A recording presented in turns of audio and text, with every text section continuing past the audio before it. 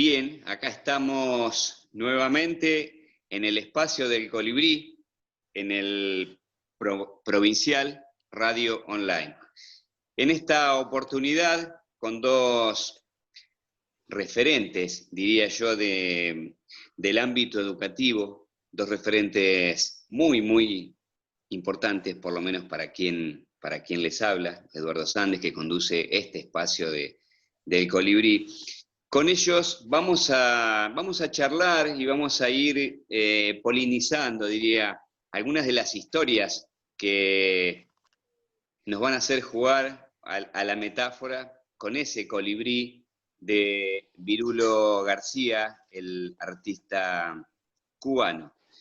Cuando me refiero a estos referentes de la cultura y de la educación del ámbito florense, me refiero a Fabiana Caputo, que es bibliotecaria, que es maestra, que se desempeña también en el ámbito rural, y por supuesto una personalidad muy conocida en la ciudad de Las Flores. Y también nos va a acompañar Matías Goyeneche, que es un referente del teatro, trabaja en teatro infantil con los niños del nivel inicial, trabaja en primario, también con adolescentes. Así que con los dos, a quienes les digo en principio buenas tardes, bienvenidos a este segundo programa de El Colibrí.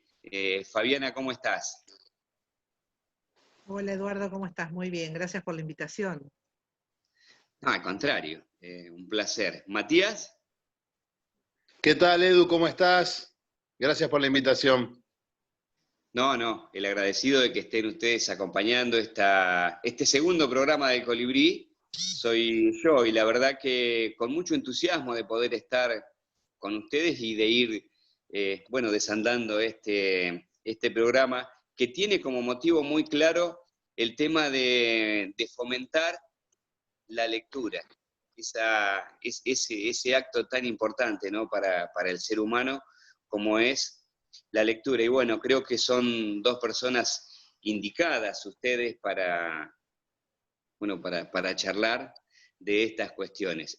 Me gustaría que vayamos así, en forma lo menos formal posible, tratando de charlar y de ir viendo, analizando esta cuestión, y que le cuenten a quienes nos oyen, pero que también nos ven a través del canal de YouTube, cómo trabajan ustedes, cómo tratan de llegar a los pibes con la lectura. Bueno, empiezo yo. Fabi, si querés. Siempre Si las querés, mujeres Fabi. tenemos fama de hablar mucho, así que bueno, le voy a hacer honor a eso. Bueno, nosotros tenemos una experiencia que la venimos sosteniendo de hace varios años. Con Matías trabajamos en una escuela de doble escolaridad. En ese momento él daba teatro, yo estaba como bibliotecaria en esa escuela, y nos pasaba una situación que era que los chicos no tenían mucha costumbre de poder sostener una lectura extensa. No podían seguir una novela, no se enganchaban demasiado. No eran chicos lectores, no, tampoco haciendo después encuestas, encontramos que tampoco había muchos libros en su casa.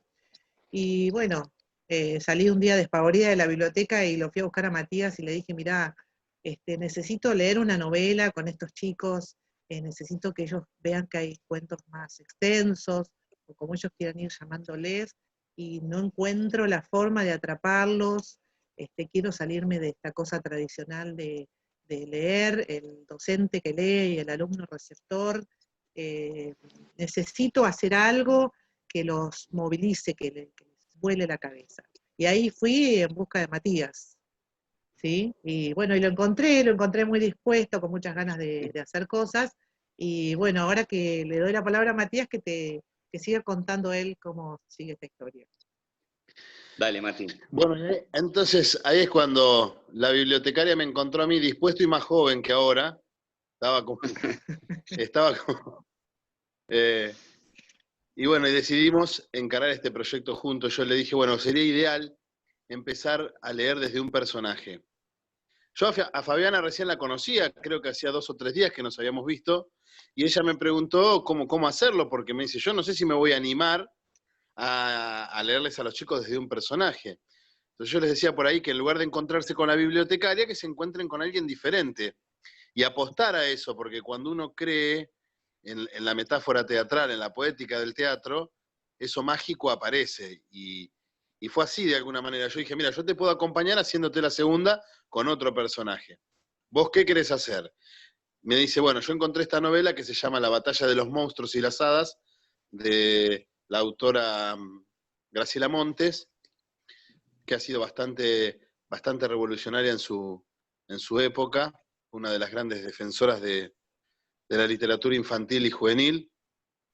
Y a mí me llamó mucho la atención, porque realmente la novela era larga, pero me llamó más la atención que la contaba un perro. Yo dije, qué loco esto de que el que hable sea un perro. Digo, bueno, vamos a hacer una cosa, yo soy el perro y vos vas a ser la niñera del perro. Algo bien absurdo, porque no existe una niñera de perro.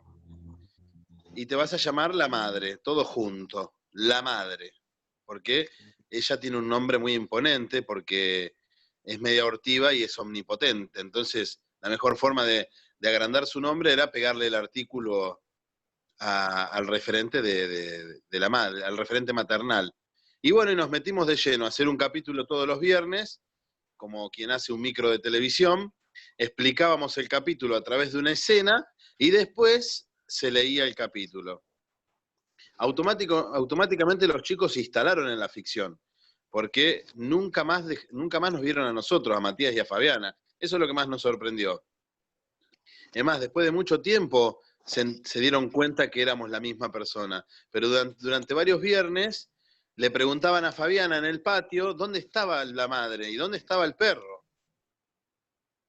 Y así fuimos desarrollando toda la novela, de principio a final, todos los capítulos. Los viernes, yo escribía un lunes, ensayaba un miércoles, un jueves y el viernes.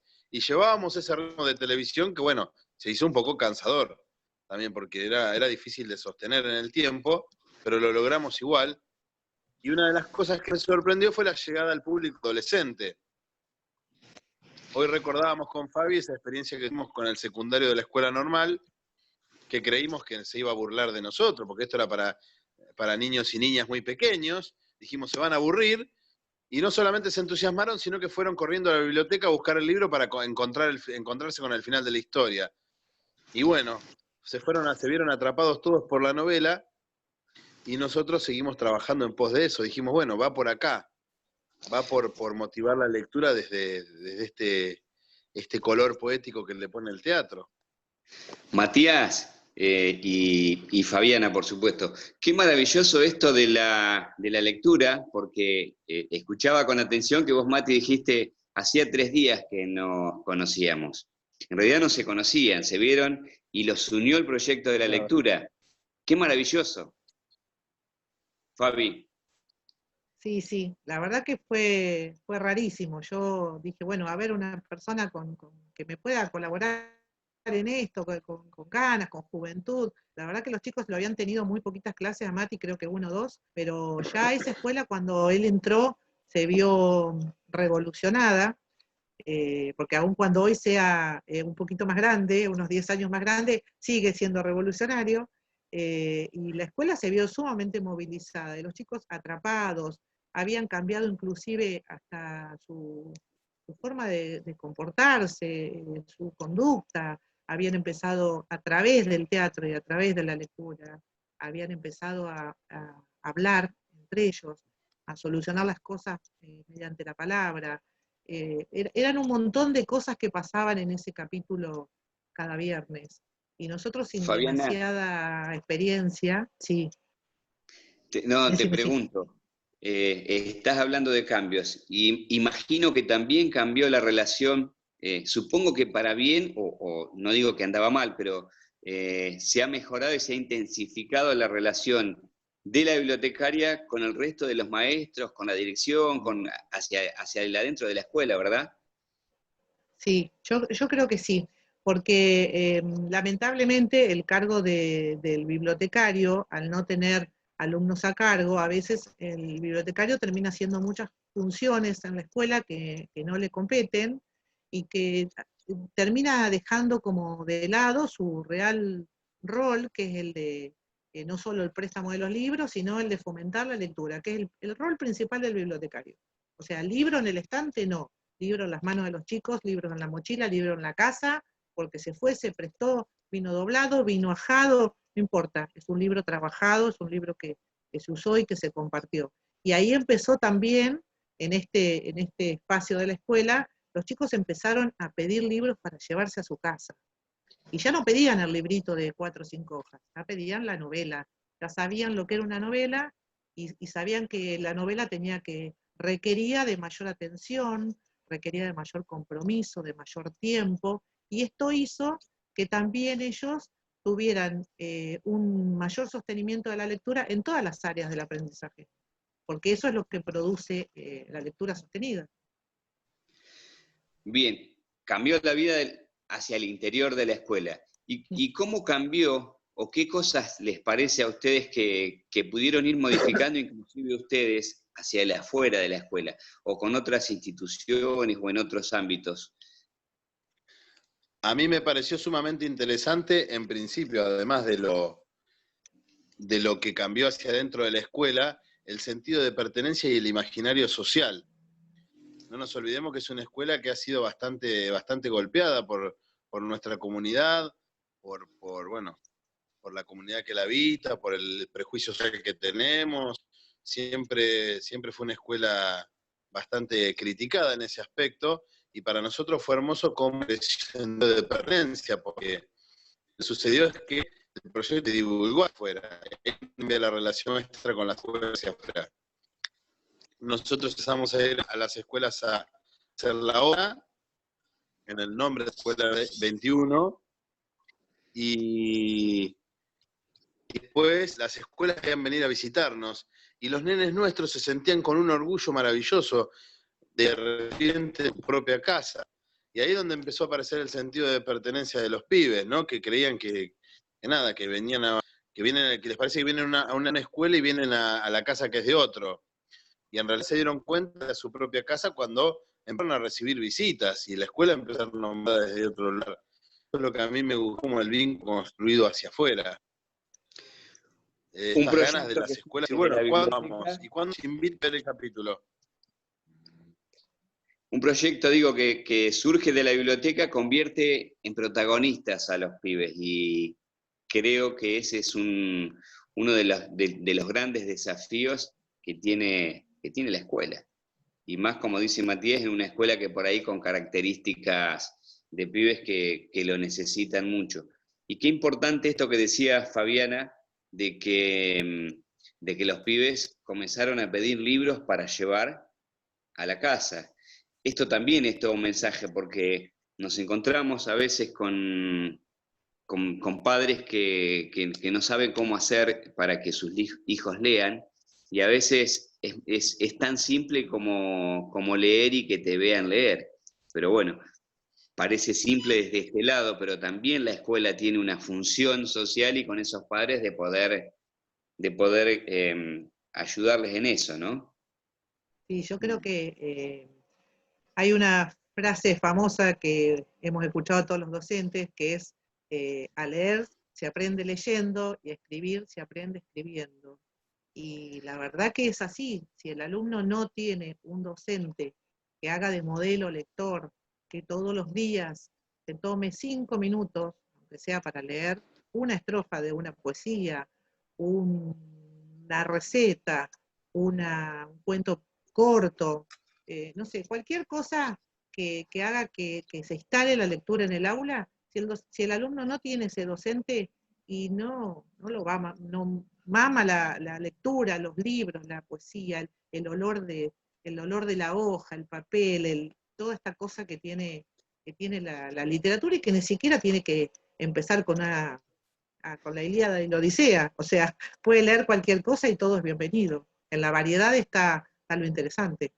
Claro, en el primer programa del Colibrí también hablábamos de eso tan hermoso que es el olor que tienen determinados libros. Y Fabi, te pregunto como bibliotecaria y como maestra también seguramente, porque se habla muchísimo de los derechos del autor, ¿sí? Aquel que escribe el libro.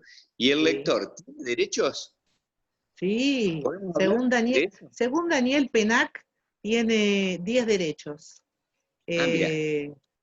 Uno de esos derechos es derecho a no leer, derecho a tomar un libro, a mirar su tapa, su contratapa, su lomo, y ni siquiera abrirlo y no leerlo. Y eso ya es leer. Lo que uno diría, ay, no, no lo leyó, ni lo abrió. Bueno, lo leyó sí, porque leyó la imagen que tiene la tapa, y eso ya es una lectura.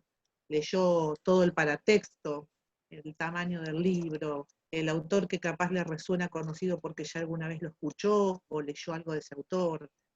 Por ahí leyó la reseña de la contratapa, algo leyó, aunque parezca que no, algo leyó.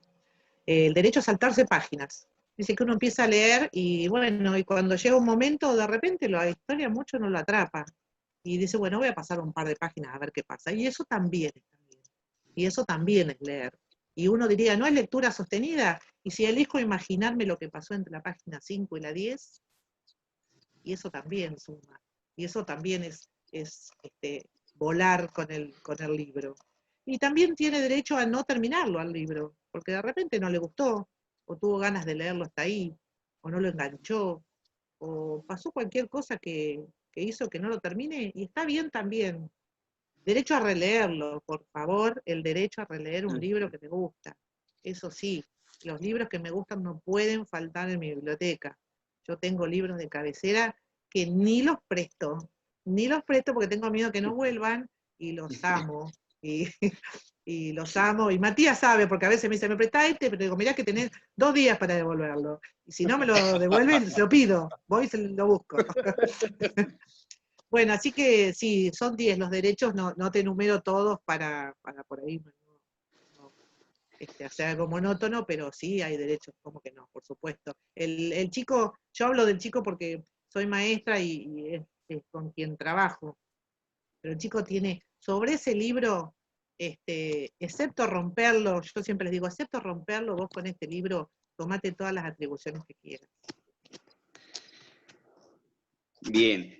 Matías, ¿podés ir hacia atrás y pensar en alguna maestra o en algún profe o en quién se reflejó en vos para comenzar a leer o fuiste un autodidacta en eso de leer? No, yo tengo el recuerdo muy, pero muy presente de mi escuela primaria, que bueno, fue una escuelita rural, donde las maestras, porque como era un barrio de fábrica, no era completamente rural, pero estábamos ahí, y teníamos varias maestras, no había una sola maestra, eran varias maestras, todas tenían el hábito de la lectura, teníamos una biblioteca muy pequeña que iban enriqueciendo ellas con sus libros, y a mí me motivaron mucho a la lectura, sobre todo me motivaron mucho a la lectura de todo, ¿no? Nos traían desde libros hasta, no sé, prospectos de medicamentos, hasta mezclaban los contenidos y en todo la lectura lo ponían como eje, ¿no? Era como, bueno, hoy vamos a leer carteles de, y ahora vamos a leer y vamos a probar de leer y encontrarle un sentido y un porqué, y por qué el que lo escribió de esa manera, y por qué eligió esa letra y por qué no. Y a mí eso también me remonta un poco al trabajo que hago hoy. A mí me quedó esto muy, muy presente de la canción que me pasaste del Colibrí, cuando dice empezó a llenar la filosofía de poesía, porque todo eso que leí, a mí me enseñaron a transformarlo en metáfora de alguna manera. Y a mí me apasionó esto de poder comunicarme a través de una metáfora. Y bueno, y entonces yo aprendí a recibir el hábito de la lectura por ellas, pero también aprendí a deconstruirlo al libro, a sacarle las palabras y ponerlas en otros contextos, a saber qué quieren decir. Y bueno, después vino el teatro que lo terminó de completar y la lectura empezó a atravesar los sentidos y a atravesar el cuerpo, y la metáfora estaba atravesada por la letra, por el juego, y eso también lo aprendí en esa escuelita rural. Tengo el recuerdo más hermoso, fue ahí, porque eran maestras que nos estimulaban a todo el tiempo. En una época en donde no se hablaba del teatro en la escuela todavía, por ejemplo. Claro, claro. Y las maestras nos hacían hacer teatro permanentemente. Fabiana, Sí. en tu experiencia como docente rural, a veces tenés ¿cómo haces comparaciones, por ejemplo, y te sirven en el buen sentido de la palabra, ¿no? Lo que es fomentar la lectura en un pibe de la ciudad, a fomentar la lectura en un pibe de la escuela rural, por ejemplo. Sí, la gran diferencia que encuentro yo con respecto a la lectura es que el alumno de la escuela rural no tiene el acceso a la tecnología y a internet que tienen los chicos de la ciudad. Entonces, el chico de la escuela rural, cualquier cosa que vos le des, sea un juego, sea una actividad de, de pintar, de completar, un crucigrama, un anagrama, un libro, todo es bienvenido y bien recibido. Y cuando vienen al otro día, a veces preguntás si lo leyeron o si lo miraron o te lo devuelven, y la pregunta no es si lo leíste, la pregunta es ¿te gustó? Y ellos al principio decían, pero no lo leí, pero lo miraste, sí, ¿y te gustó? Y lo vuelven a mirar, y capaz que lo miraron en ese momento, no lo miraron antes, y dicen, sí, mirá qué lindo el elefantito que está en la portada, ¿y qué te parece? Y entonces, y no sé, ¿y de qué tratará este libro? Y hablamos 5 minutos y se lo terminan llevando de nuevo. Y eso es maravilloso. En Claro. cambio, en la ciudad lo que sucede es que los chicos tienen más acceso a la tecnología, ven más videos, por ahí los padres han dejado ese hábito de leer un cuento a la noche cuando el hijo se va a dormir, que se puede recuperar en cualquier momento. Leer que el hijo te lea a vos, si es más grande y no le gusta que le leas, bueno, que te lea a vos. Hay cosas maravillosas para leer y cosas breves, no tiene que ser un texto largo siquiera. ¿Cómo ven el papel de la televisión en esto de atenta contra la lectura, según Eh, ustedes? sí, yo creo que Ah, sí, yo creo que sí. depende cómo se utiliza el recurso. A mí tengo como las dos miradas, ¿no? Tengo como esta mirada que se habla del libro, de tocar, ¿no? De poder, de ese acercamiento al libro, que lo termina absorbiendo la imagen, pero también me gusta cuando se genera contenido televisivo que motiva a la lectura, ¿no? Hay un montón de programas de televisión que surgieron donde aparece gente que cuenta cuentos, ¿no? Los cuentacuentos que dejaron de existir y que están volviendo de a poco, los programas de televisión que abordan textos y los teatralizan. Cuando generan contenidos está bueno. No estamos en una situación de mucho contenido por la pandemia, pero antes tampoco se estaba produciendo mucho contenido porque veníamos de una serie de novelas y de productos que los canales de televisión vienen importando y que son las que terminan por alejarnos del verdadero contenido. Pero tengo como esas dos miradas. Me gusta cuando se produce algo en virtud de la lectura, como nosotros que ahora estuvimos grabando un par de capítulos para, para que salgan vía online. Entonces me parece que cuando el recurso está aprovechado y se capitaliza en función de motivar la lectura, está bueno. El tema es que no sucede, como dice Fabi. Es más el tiempo que atenta el que contribuye. Fabi, vos, si yo te dijera un libro que tenés pendiente leer y que recomendarías y por qué, ¿qué me decís? Pendiente de leer, a mí me gustan mucho los libros de autoayuda, tuve una época en que leí muchísimas novelas, muchas novelas, y ya la novela es como que llegué a un tope y ya no es lo que más me atrae.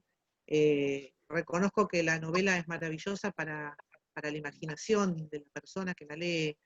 Viste que siempre se dice que primero hay que leer el libro y después ver la película y te agarras un bajón cuando ves la peli porque no hay no hay ningún director de cine que tenga una imaginación tan grande que supere la imaginación del lector cuando tuvo ese libro en las manos. Así que bueno, es maravilloso. Qué Uno, importante eso, Fabi, que decís. sí, tremendo, sí, tremendo. Así que bueno, yo generalmente cuando leo un libro, después no miro la película porque la verdad que es decepcionante. Leí muchas novelas y leí una que me encantó y que la volvería a leer y que se llama El lector, que es de Bernard Schlink. Es una novela fabulosa que aprovechen si la encuentran por ahí, está en las redes sociales, está en PDF, así que búsquenla porque es maravillosa porque habla casualmente de el tema de este colibrí también. Hay un alguien que fomenta a un otro la lectura y bueno, y no sé qué es lo que logra, no se los voy a decir así la leen, qué es lo que logra al final de la novela, pero además tiene un montón de historia porque está situada en la época del Holocausto, así que bueno, es fabulosa. Yo llegué a esa novela estudiando la carrera de bibliotecaria y a mí mucho la historia no es mi fuerte y dije, esto capaz que es aburrido, pero como era una tarea lo tuve que hacer y me enamoré de esa novela y la indico como una novela para no perdérsela. Y otra que te comenté que lo amo, que es El Caballero de la Armadura Oxidada, que es mi libro de cabecera. Hermoso. Mati, si tuvieras que recomendar algo, o no recomendar, sino algo que tenés pendiente de leer y que por distintas circunstancias, porque sé que vivís corriendo con tu carrera de teatro, con las clases, ¿qué me Mirá, podrías nombrar? en realidad, mira, justo me estoy tomando un momento porque los tenía que hacer. Hay dos grandes obras para mí, no hablo de obras puntualmente teatrales, que aunque se han teatralizado y muy bien, que hacía mucho que yo tenía ganas de leer. Y una es El juguete de rabioso de Art, Roberto Art. que me encanta. Yo lo aprecio mucho su obra y, y me estoy queriendo meter un poquito más porque todo el mundo me habla de algunas obras que yo todavía no he leído y bueno, me da un poquito de ansiedad. Y hay una que tenía pendiente porque como estoy incursionando mucho en el nivel inicial, yo quería unir el nivel inicial con esta obra que todo el mundo la ha leído. Yo hablo en términos de obra porque soy teatrero viejo nomás, que es El Principito. Cuando todo el mundo dice, yo leí El Principito, lo leyeron de chiquitos, de grandes, de medianos, yo sinceramente no lo había abordado. Vi la obra de teatro y me morí de ganas de leerlo y siempre pasaba por las librerías y lo veía y no lo compraba, porque por esto que decís vos, porque uno anda a las corridas y porque uno está metido con el tema de la facultad y es más difícil. Y cuando uno se detiene y pone el freno, como ahora que estamos más en cuarentena, dije, bueno, en una lista que tengo de libros estaba como ahí muy presente, muy presente. Y bueno, me encontré con algunas cuestiones muy interesantes. Así que no me quedaron Bien, pendientes, las pude leer, pero me queda pendiente una segunda lectura que me encanta.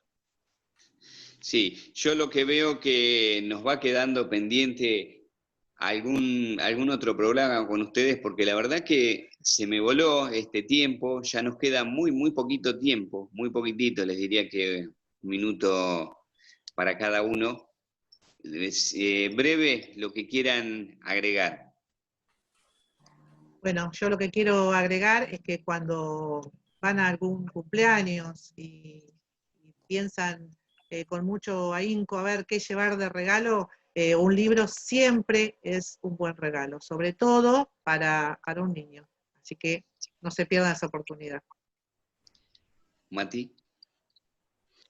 Yo pido que leamos más teatro, que es una lectura pendiente para muchos, que no es necesario ser actor, ni director, ni actriz, ni nada por el estilo, que uno puede empezar a leer teatro, que detrás de los personajes hay vidas parecidas a las nuestras, y que bueno, y esto hermoso de la metáfora, ¿no? Que podamos explorar la metáfora maravillosa del teatro. Bien, yo les agradezco muchísimo que me hayan acompañado en este segundo programa del Colibrí. La verdad que es fabuloso compartir con ustedes, con la experiencia que tienen, con la pasión que tienen por fomentar con los. Así que bueno, esto es muy importante que personas como ustedes estén en este tipo de programas que fomentan la lectura. Les agradezco muchísimo, les doy un gran abrazo a los dos. Gracias. Y bueno, esperemos encontrarnos pronto con nuevas lecturas, por ahí con otros libros para recomendar. Sí, sí, seguro que sí, así será. Gracias por la invitación nuevamente. Acá estamos, cuando nos quieras. Gracias, Edu, muchas gracias por llamarnos y considerarnos siempre. Y bueno, tenían que estar ustedes en un programa porque bueno, hemos hecho muchas cosas juntos y esto creo que también ameritaba que estén acompañando este espacio del Colibrí por el provincial. ¿Fuiste parte de Nepo? ¿Cómo? ¿Fuiste parte de Nepo vos también? Algo. Eso es para otro programa entero. Eso es para un programa entero. Este es para un programa entero. Te habremos recorrido basurales juntos. Nos estamos despidiendo ya de este espacio. Bueno, la verdad que es importante poder abordarlo, ¿no? Y que aquel que escucha le dejemos un mensaje de lo importante que es la lectura, cómo le puede salvar la vida, cómo le salvó la vida a ese maravilloso colibrí de Virulo García.